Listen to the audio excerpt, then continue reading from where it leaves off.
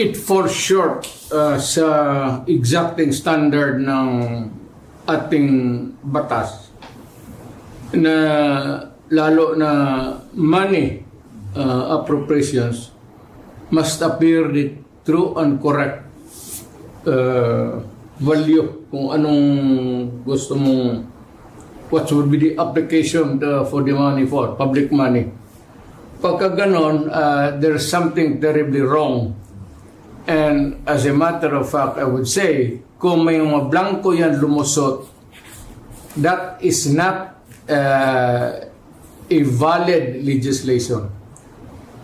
Kung nasa batas na yan, lumabas na yan ng blanco-blanco, either it could be filled up before or after sa Congress, pagka ganon, what must be submitted is the true and correct figure coming out as prepared by the budget submitted to Congress for appropriation. Pagka putol-putol yan o may kulang, that is not a valid budget.